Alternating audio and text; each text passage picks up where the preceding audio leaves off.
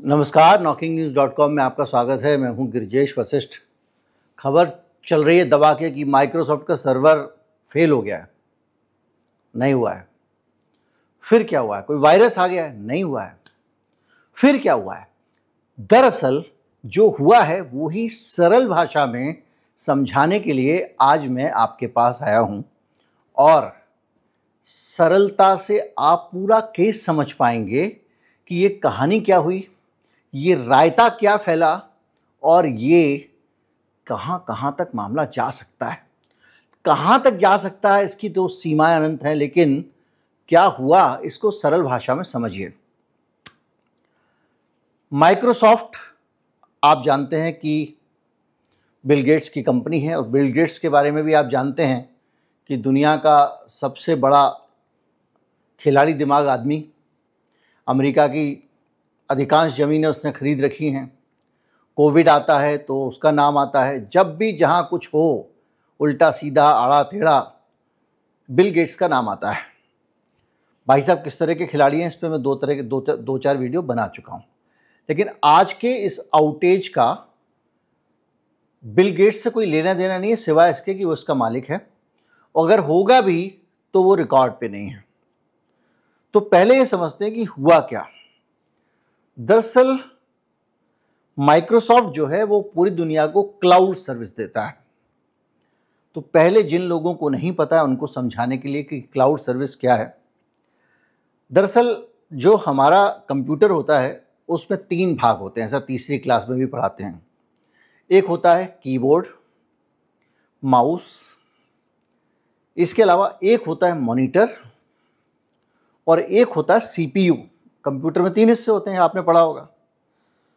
तो सीपीयू जो होता है वो हो गया आपका कंप्यूटर, मॉनिटर हो गया आउटपुट डिवाइस, और जो माउस है और कीबोर्ड है ये हो गया इनपुट डिवाइस।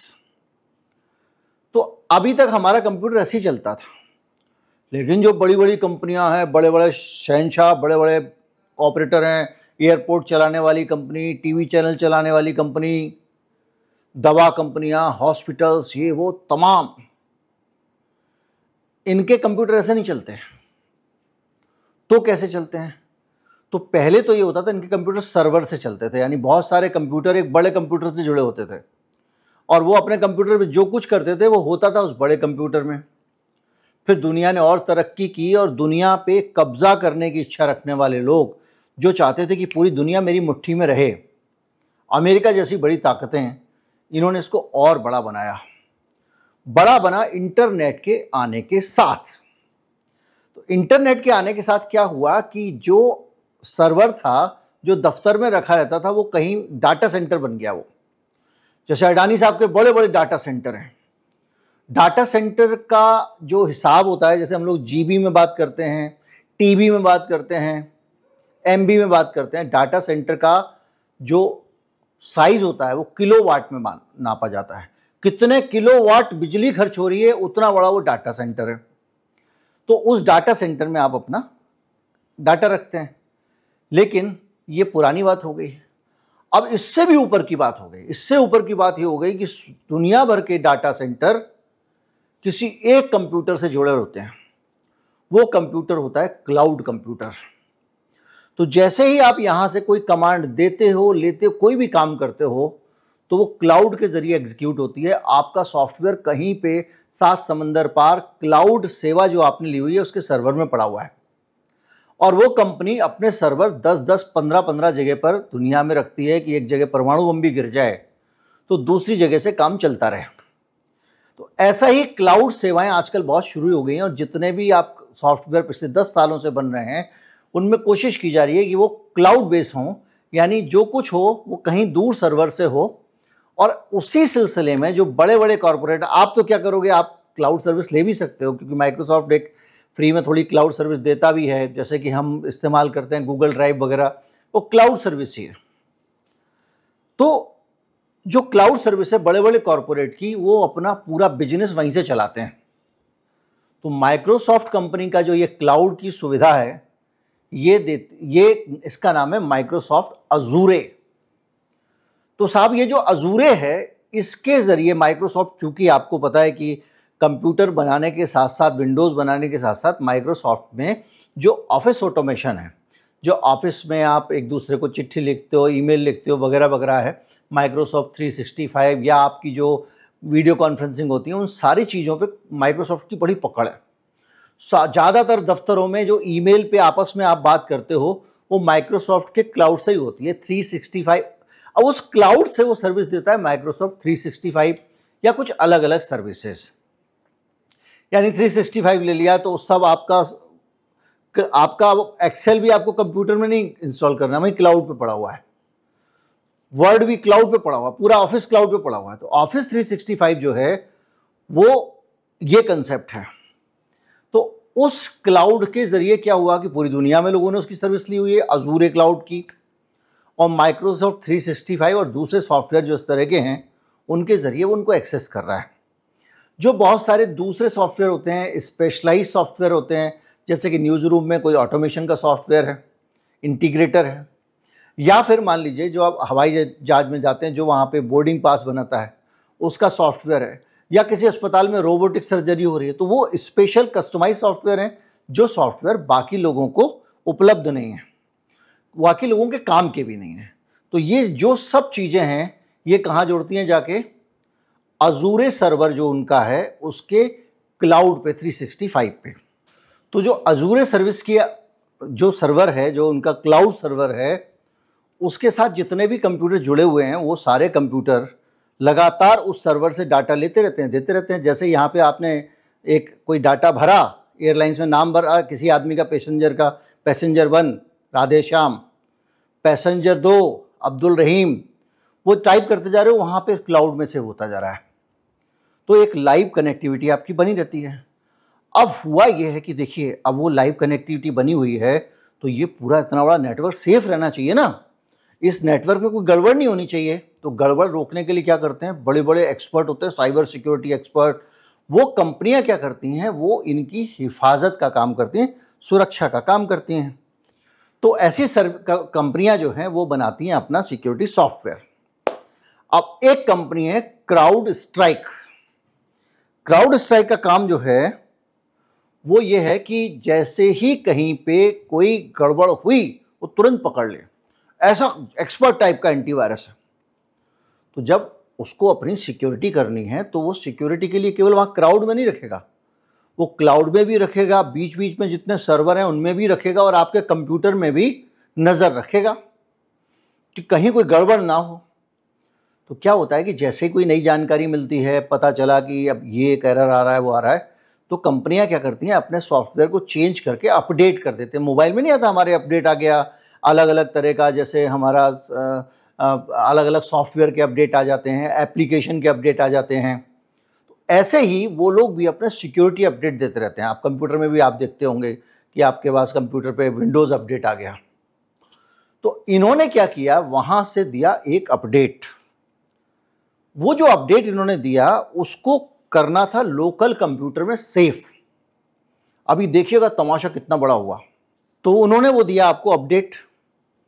अब जो अपडेट होता है वो उन्होंने आपको दिया कि आप अपने कंप्यूटर में अपडेट इंस्टॉल कर लो। समझदार लोग सलाह देते हैं कि जब भी कोई नया अपडेट आए तो उसको 2-4 दिन इंस्टॉल नहीं करना चाहिए। तो क्या हुआ कि उन्होंने वहाँ से एक अपडेट पुश किया और वो अपडेट अलग अलग जगहों पे सिस्टम में इंस्टॉल हो गया।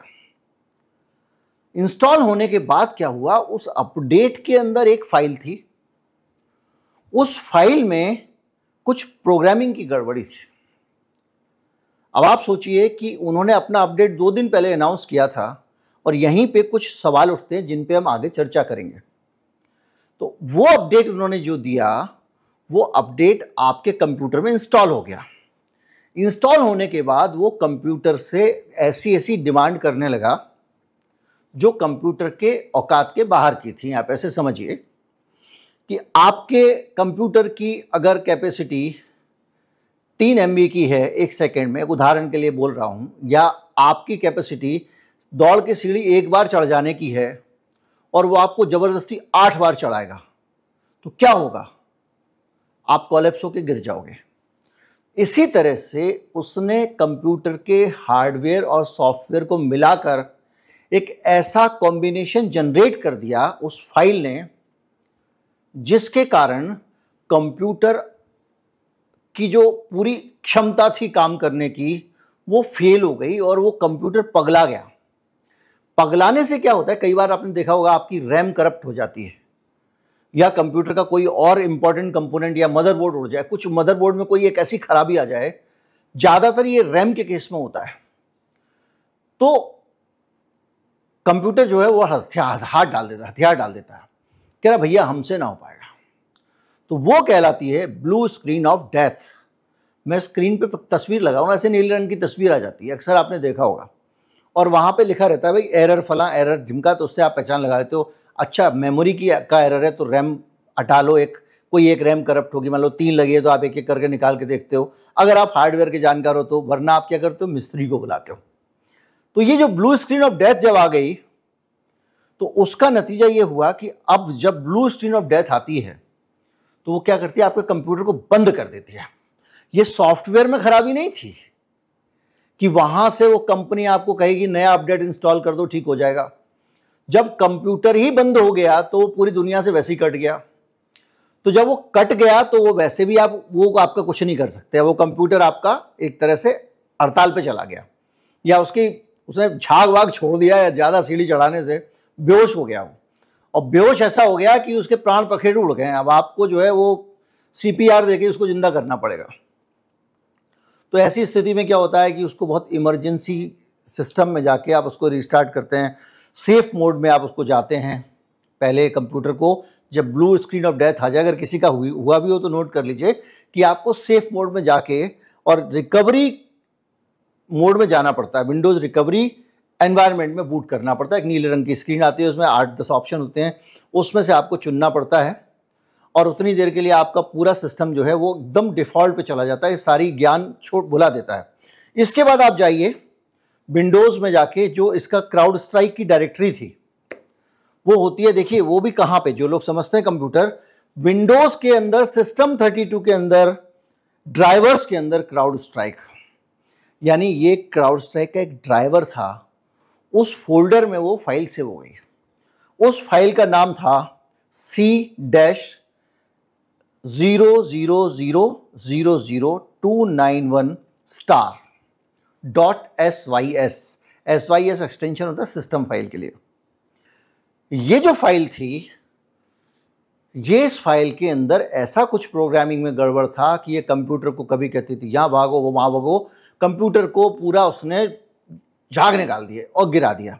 तो क्या हुआ कि आपका कंप्यूटर जो है वो ब्लू स्क्रीन ऑफ डेथ पे चला गया, यानी आपका कंप्यूटर एक तरह से मर गया है, उसकी नब्ज चलनी बंद हो गई, सांस चलनी बंद हो गई, बस आंखों में थोड़ी चमक है, उससे पता लग रहा है कि बंदे जो है जिंदा है। अब अगर कुछ और चीज होती तो वो ठीक कर लेते, कहीं और से ठीक हो जाती। अब जब ये मर गया है तो क्या हो गया, कंप्यूटर हो गया प्लास्टिक का सामान, है ना। और ये प्लास्टिक का सामान जो है इसको दोबारा जान कौन डालेगा, आप ही को डालनी पड़ेगी। तो जो मैंने बताया कि उसके जाके उस फाइल को, ये जो करप्ट फाइल है इसको आपको निकालना है रिकवरी मोड में जाके, फिर डिलीट कर देना है। तो इतना काम जब दुनिया भर के जो सर्वर हैं, लोगों के कंप्यूटर हैं, उन सब के अंदर जाके अलग अलग करना पड़ेगा, तब ये कंप्यूटर हाँफता हुआ एकदम सांस लेके स्टार्ट हो जाएगा। हाँ भैया अब बताओ क्या काम करना है। वो कौन सी फाइल आ गई थी, उसने तो हमारा जीना ही मुश्किल कर दिया था। जीना क्या, जान ही निकल गई थी साहब, यमराज से मुलाकात हुई है हमारी। उस हालत में अब आते हैं हम इस पे कि अब आप समझ गए होंगे कि कहानी क्या हुई। एक अपडेट भेजा और वो अपडेट ऐसा था जिसने कंप्यूटरों को खराब करना शुरू कर दिया। उस अपडेट ने सर्वर खराब नहीं था, इंटरनेट पे खराबी नहीं आई थी, या इंटरनेट का आउटेज नहीं था, उसने आपके कंप्यूटर खराब किए, आपके सर्वर खराब किए, यानी आपके हार्डवेयर को पस्त करके खराब कर दिया। माइक्रोसॉफ्ट का सर्वर लोग कह रहे हैं डाउन है, नहीं वो तो टकाटक है, उसका कुछ नहीं बिगड़ा। जहां जहां ये सॉफ्टवेयर चल रहा था वहां वहां, और जिसने क्राउड सेवा ली हुई थी और माइक्रोसॉफ्ट 365 की सर्विस ली हुई थी, उन सब की जिंदगी को इसने तबाह कर दिया। अब आते हैं कि इसके पीछे कहानी क्या रही होगी। देखिए, ये एक छोटा मोटा आउटेज नहीं था। कंप्यूटर के इतिहास में पहली बार इतनी बड़ी तबाही आई है, और जब तबाही आई है तो एक फाइल के कारण आई है, और वो फाइल ऐसी जगह से आई थी जिसका काम सारे कंप्यूटरों की रक्षा करना है। यानी जब आपके घर पे, जब मोदी जी जो हैं, जैसे इंदिरा गांधी थी, उनकी हत्या हुई, तो जिनको उनकी रक्षा करनी थी, जब उनसे गोली चल जाए तो कोई क्या करेगा? तो जिनको रक्षा करनी है, जो कंप्यूटर की रक्षा निरंतर कर रहे हैं, उनके सॉफ्टवेयर से वो अगर एक अपडेट इंस्टॉल कर रहे हैं, उसमें एक ऐसी फाइल जो आपके कंप्यूटर को डेड कर दे, आपके कंप्यूटर की जान ले ले, वो फाइल आई है। अब क्या इतनी बड़ी कंपनी क्राउड स्ट्राइक जैसी, जिसको माइक्रोसॉफ्ट जैसी कंपनी का ठेका मिला हुआ, कॉन्ट्रैक्ट मिला हुआ है, ये तो तबाह हो गई, इसका शेयर जो है जमीन पे आ गया होगा। वो कंपनी क्या अपने सॉफ्टवेयर की टेस्टिंग नहीं करती? क्या लोगों के सर्वर में, लोगों दुनिया भर के कंप्यूटर में वो अपना एक सॉफ्टवेयर अपडेट इंस्टॉल करने से पहले उस सॉफ्टवेयर अपडेट को अपने आप चेक नहीं करती, अपने पास चेक नहीं करती? ये बड़ा सवाल है। अगर मैं आपसे वोट करने को कहूं, करती होगी कि नहीं करती होगी, तो 100 में से 100 लोग जवाब देंगे 100% और शर्तिया करती होगी वो। तो जब वो ये करती है तो इतनी बड़ी खतरनाक, अगर मान लीजिए कोई दूसरी गलती हो, मान लीजिए कंप्यूटर थोड़ा हीटअप हो जाता हो, स्लो चलने लगता हो, तो समझ में आता है कि भाई टेस्टिंग में कुछ चूक गया होगा। लेकिन इतनी खतरनाक चीज की टेस्टिंग कैसे हुई कि भैया उसने सारे कंप्यूटरों को ही ठप कर दिया? तो यहां पे दिमाग में एक संदेह आता है कि वो जो फाइल है कैसे करप्ट हुई, और इतनी घटिया फाइल कैसे आ गई उनके पास, जिनको एक एक जगह पे सिक्योरिटी करनी है। आप सोचो, एसपीजी की सिक्योरिटी में आतंकवादी भर्ती हो जाए, ये उस तरह का मामला है। तो उस पूरे सीन के बीच में ये संदेह खड़ा करता है कि ये आउटेज क्या साइबर टेररिज्म का एक नमूना था? अब आप कहोगे कि नहीं ठीक है, फिर बयान आ जाएगा। तो क्या आपको लगता है कि इतनी बड़ी चीज, इतनी बड़ी मात, दुनिया भर की आईटी इंडस्ट्री किसी को बताना चाहेगी कि भाई, माइक्रोसॉफ्ट कहेगा कि हमारे यहाँ पे आतंकवादी हमला हो गया था, हम फेल हो गए, इसके साथ ही माइक्रोसॉफ्ट फेल हो जाएगा, उसका शेयर भी गिर जाएगा? जाहिर बात है, जिस कंपनी का इतना बड़ा फेलियर हो जाए, वो क्यों मानेगी कि उसके ऊपर साइबर अटैक हुआ? क्या पता इनके जहां मूल सर्वर में, जहां पे वो अपडेट रखा हुआ है, जहां से अपडेट को सब लोग अपने अपने कंप्यूटर पे डाउनलोड करके इंस्टॉल कर रहे हैं, वहां पर किसी ने फाइल से छेड़छाड़ की हो।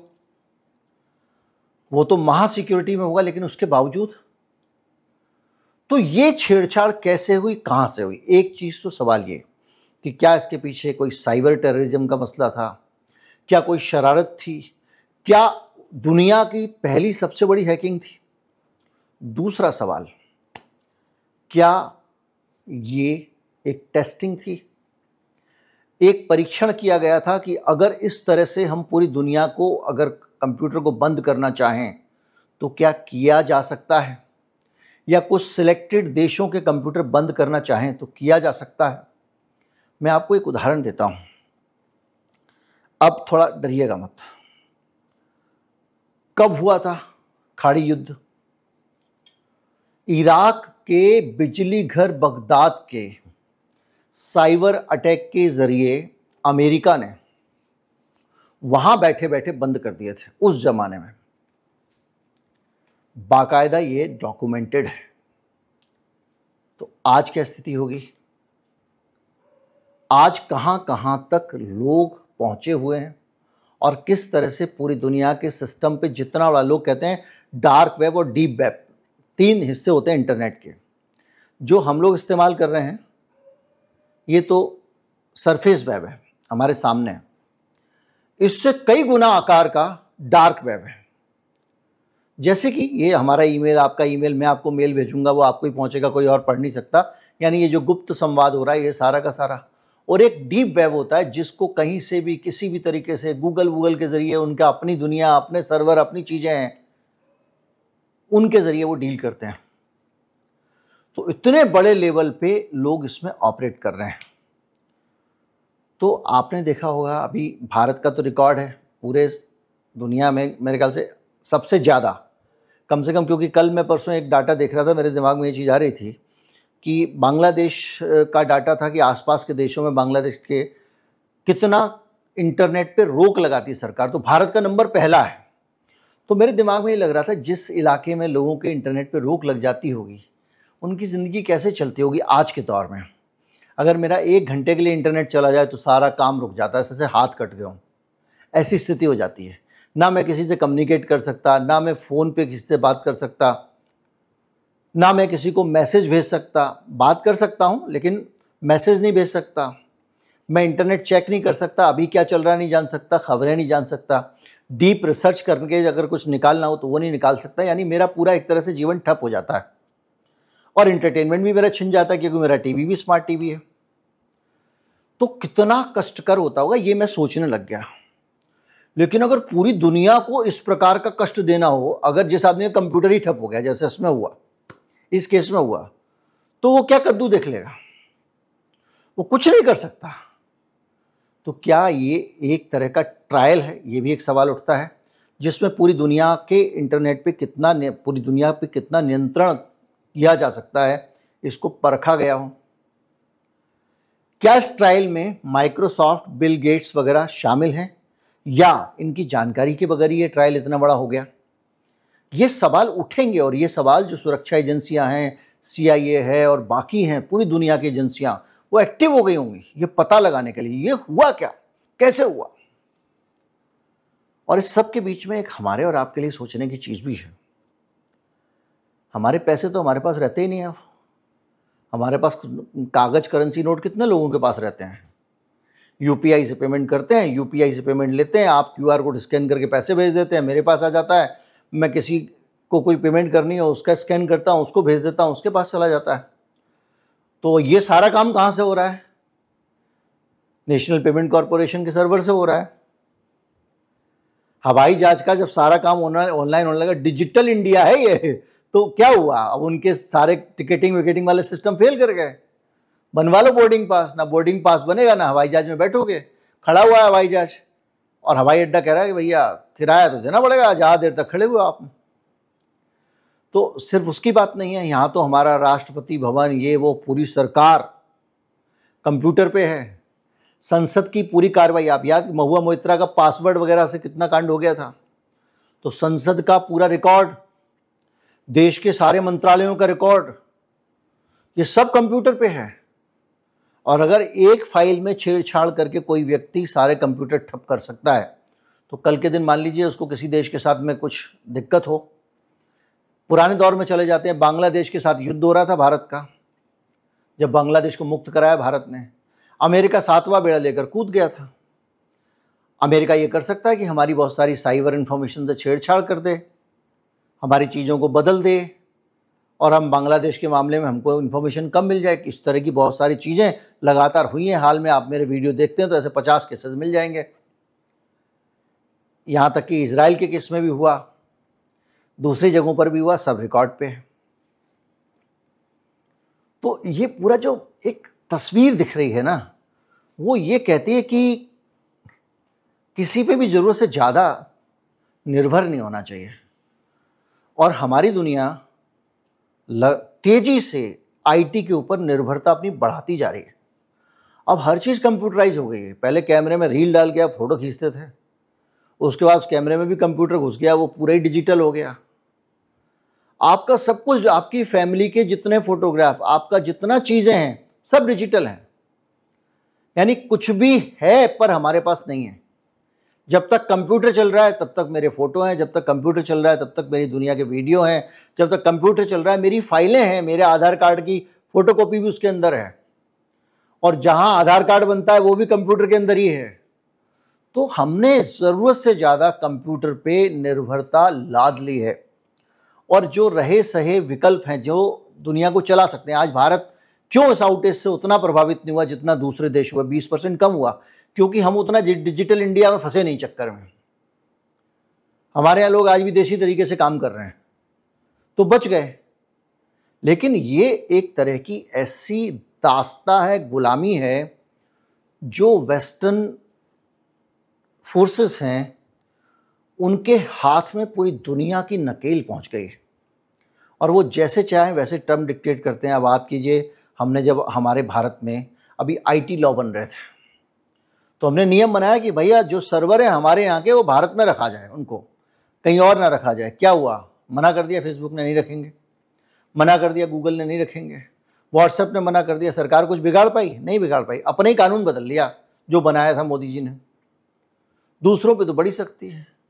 तो कुल मिला के ये एक ऐसा कंप्यूटर के जरिए इंटरनेशनल गुलामी का एक सीन बनाया गया जिसके अंदर पूरी दुनिया उन लोगों पे निर्भर है। आपके सारे काम माइक्रोसॉफ्ट से होते हैं, आपके सारे काम होते हैं गूगल से होते हैं। दोनों अमेरिकन कंपनियां हैं। जितनी बड़ी बड़ी कंपनियां हैं, अब तो आपकी कार भी चलेगी तो वो आप नहीं चलाओगे, उसमें मैकेनिकल नहीं है कुछ, आधी तो इलेक्ट्रॉनिक हो चुकी है और आने वाले समय में ड्राइवरलेस कार होगी। टेस्ला आएगी, सैटेलाइट से चलेगी। आप गाड़ी में बैठे होगे लेकिन लेके वो जाएगा कहाँ जाना है।